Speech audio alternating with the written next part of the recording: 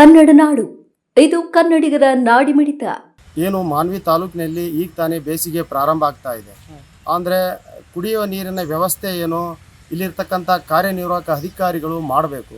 ಈ ಮೊನ್ನೆ ತಾನೇ ನಾವು ಮಾನ್ವಿ ತಾಲೂಕಿನ ಕಂಬಳತಿ ಗ್ರಾಮದಲ್ಲಿ ಏನು ನೀರಿಲ್ಲದೆ, ಕುಡಿಯೋಕ್ಕೆ ನೀರಿಲ್ಲದೆ ಜಾನುವಾರುಗಳು, ಮನುಷ್ಯರು ಭಾಳ ಕಷ್ಟವನ್ನು ಅನುಭವಿಸ್ತಾ ಇದ್ರು.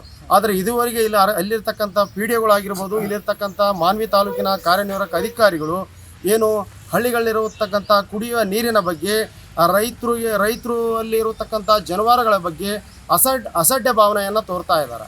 ಹಾಗಾಗಿ ಏನು ಈಗ ಪ್ರಾರಂಭ ಆಗ್ತಾ ಇದೆ, ಈಗ ಬೇಸಿಗೆ ತಕ್ಷಣ ಇವರು ಸಂಬಂಧಪಟ್ಟ ಹಳ್ಳಿಗಳಲ್ಲಿ ಏನು ಪಿ ಡಿ ಒ ಮುಖಾಂತರ ಎಲ್ಲಿ ಕುಡಿಯೋ ನೀರಿಗೆ ಹಾಕಾರ ಇದೆ ಅಲ್ಲಿ ತಕ್ಷಣ ನೀರು ಒದಗಿಸುವಂಥ ಕಾರ್ಯಕ್ರಮ ಆಗಬೇಕು. ಅಲ್ಲ ಸರ್, ಇದಕ್ಕೆಲ್ಲ ಹೊಣೆಗೆ ಯಾರು ಸರ್? ಇದಕ್ಕೆಲ್ಲ ಈಗ ಏನಂತಂದರೆ, ಒಂದು ವಾರದಿಂದನೇ ಮಾನ್ಯ ಸಚಿವರಾಗಿರ್ಬೋದು, ಇಲ್ಲಿರ್ತಕ್ಕಂಥ ಶಾಸಕರಾಗಿರ್ಬೋದು, ಏನು ಮಾನ್ಯ ಕಾರ್ಯನಿರ್ವಾಹಕ ಅಧಿಕಾರಿಗಳನ್ನು ಕರೆದು ಸಭೆ ಮಾಡಿ ಮಾನ್ವಿ ಕಾರ್ಯನಿರ್ವಾಹಕ ಅಧಿಕಾರಿ ಖಾಲಿದ್ ಅಹಮದ್ ಅವರ ನೇತೃತ್ವದಲ್ಲಿ ಏನು ಕರೆದು ಏನು ಮಾನ್ವಿ ತಾಲೂಕಿನಲ್ಲಿ ಯಾವುದೇ ರೀತಿಯಿಂದ ಕುಡಿಯ ನೀರಿನ ಸಮಸ್ಯೆ ಆಗಬಾರ್ದು ಅನ್ನೋದನ್ನು ಅವರಿಗೆ ಮನವರಿಕೆ ಮಾಡಿ ಎಚ್ಚರಿಕೆಯನ್ನು ಕೊಟ್ಟಿದ್ದಾರೆ.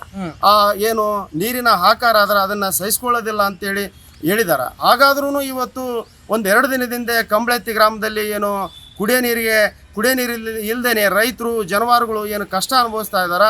ಅವರು ನಾವು ರೈತ ಸಂಘಟನೆಯವರು ರೈತರು ಹೋಗಿ ಅವರಿಗೆ ದೂರು ನೀಡಿದ್ರೂ ಅವರು ಆ ನೀರಿನ ಬಗ್ಗೆ ಅಸಡ್ಡೆ ತೋರ್ತಾ ಇದ್ದಾರೆ. ಅಂತಂದರೆ ಮಾನ್ವಿ ತಾಲೂಕಿನ ಪರಿಸ್ಥಿತಿ ಮುಂದಿನ ದಿನಗಳಲ್ಲಿ ಕುಡಿಯೋ ನೀರಿಗೆ ಭಾಳ ಹಾಕಾರ ಆಗ್ತದೆ.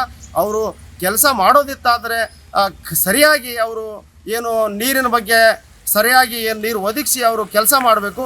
ಇಲ್ಲದೇ ಇದ್ದರೆ ಅವರಿಂದ ನಮ್ಮ ತಾಲೂಕಿಗೆ ಏನು ಪ್ರಯೋಜನ ಇಲ್ಲದಂತ ಆಗ್ತದೆ ಅಂತೇಳಿ ಈ ಮೂಲಕ. ಅಸಡ್ಡೆ ಮಾಡಿದ ಅಧಿಕಾರಿಗಳು ಯಾರು ಸರ್?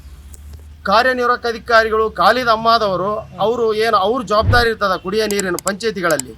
ಅವರೇನೇ ಇದ್ರ ಬಗ್ಗೆ ಅಸಡ್ಡೆ ತೋರ್ತಾ ಇದ್ದಾರೆ. ಅಂತಂದರೆ ಏನು ನಾವು ಯಾರನ್ನ ಕೇಳೋದು? ಇಲ್ಲಿರ್ತಕ್ಕಂಥ ರೈತರು, ನಮ್ಮ ಮನೆಯಲ್ಲಿರ್ತಕ್ಕಂಥ ಜಾನುವಾರುಗಳನ್ನು ಯಾರ ಬಗ್ಗೆ ನಮ್ಮ ಕಷ್ಟಗಳನ್ನು ಯಾರಿಗೆ ಹೇಳ್ಕೊಳ್ಳೋದು?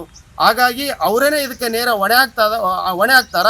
ಹಾಗಾಗಿ ಅವರೇ ಕುಡಿಯೋ ನೀರಿನ ವ್ಯವಸ್ಥೆ ಎಲ್ಲ ಮಾನ್ವಿ ತಾಲೂಕಿನ ಸಮಸ್ತ ಹಳ್ಳಿಗಳಿಗೂ ಕುಡಿಯೋ ನೀರಿನ ವ್ಯವಸ್ಥೆ ಆಗಬೇಕು. ನೀವಿನ್ನು ಕನ್ನಡ ನಾಡು ವಾಹಿನಿಯನ್ನು ಸಬ್ಸ್ಕ್ರೈಬ್ ಮಾಡಿಕೊಂಡಿಲ್ವಾ? ಈಗಲೇ ಸಬ್ಸ್ಕ್ರೈಬ್ ಮಾಡಿ, ಬೆಲ್ ಐಕಾನ್ ಅನ್ನು ಒತ್ತಿ ನೋಟಿಫಿಕೇಶನ್ಗಳನ್ನು ಪಡೆಯಿರಿ.